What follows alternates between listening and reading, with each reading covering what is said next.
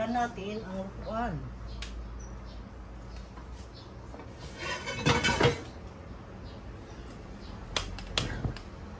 Okay. And then, lagyan natin ang pot natin. Depende sa dami ng lulutuin, doon mo ibabagay ang iyong pot na gagamitin. Okay, I will open. At lagyan ko siya ng abundant amount of water. Depende rin sa quantity ng vegetable and ingredients na gagamitin. Okay. So, ilagay ko na antimano yung chicken powder and salt. A little of salt, maybe 1/2 teaspoon. Ayaw natin na maalat. And then, sunod dyan ay ilagay ko na yung pampalasa or magbibigay ng aroma ay yung garlic and onions. And of course, the tomato. Okay? The garlic at sibuyas ay nagayat na ganyan. Tapos, yung kamatis.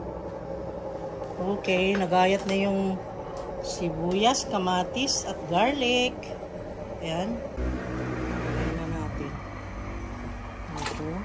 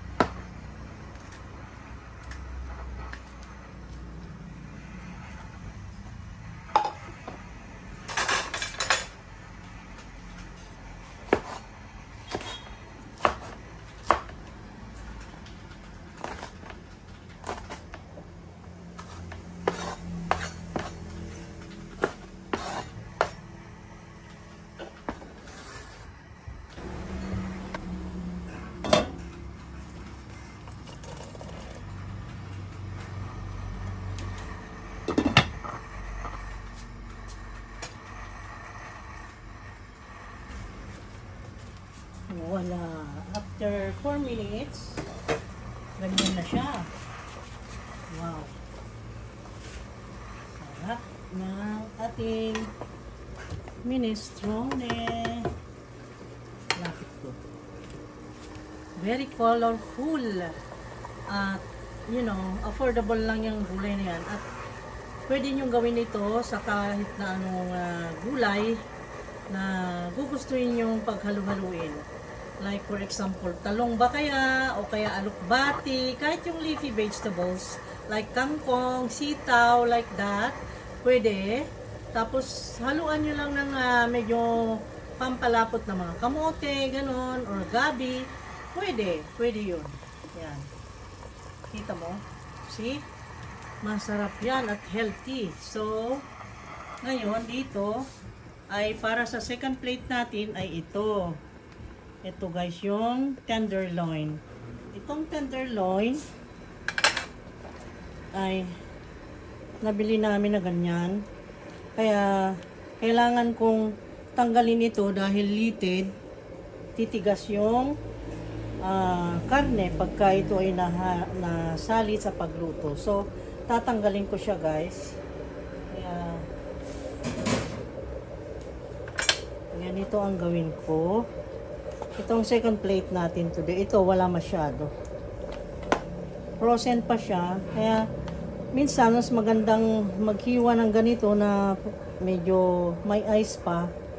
Kasi ano siya, yung matigas-tigas, medyo madaling drive ang kutsilyo pag ano nang hinihiwa natin. Kaya mas gusto ko yung galing sa refrigerator or sa freezer. Yung bagong tow lang na medyo malambot na rin. Huwag lang yung matigas na parang ice pa.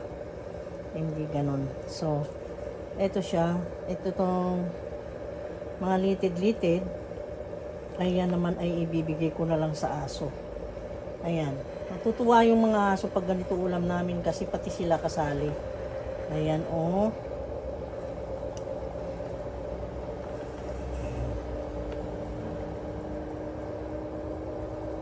Ayan. Wala na.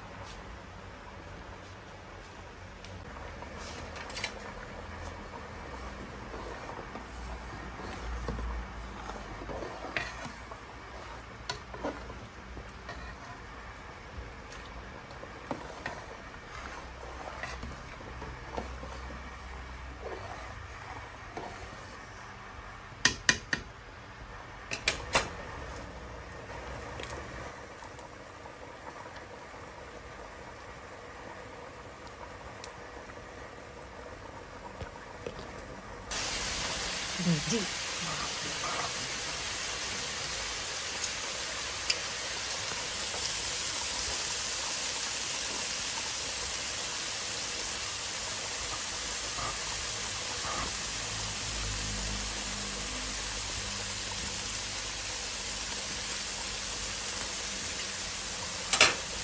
This one.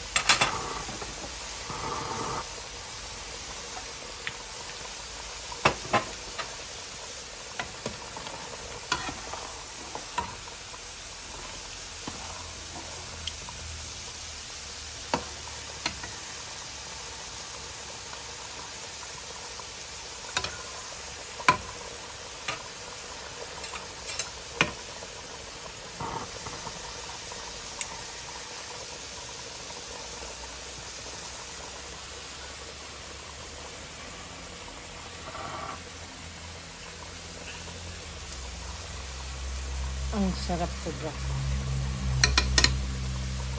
Okay, tayin ko na. Ready na yan. Ready na.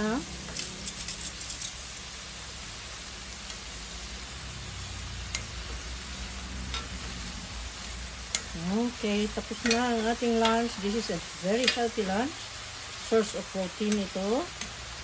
At yung mixed vegetables ay source ng vitamin A, E, D, at nandyan na lahat, C, D, E, F, G, H, I, J, K, L, M, N, O, P. You are STU, BWS, Yan. So, let's eat. Okay. Let's go and eat. I will show you guys when it is eaten.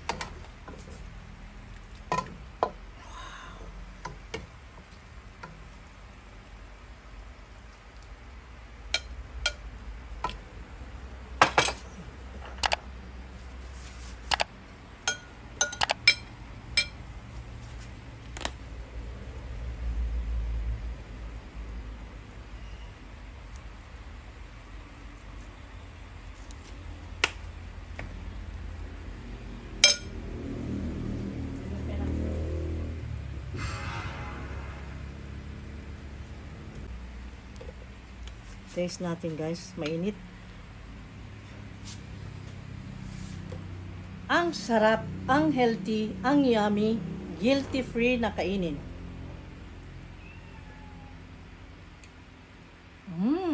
Ang linamnam, so earthy. Sweet because of the squash, and then nutty because of the potato, and then the pasta,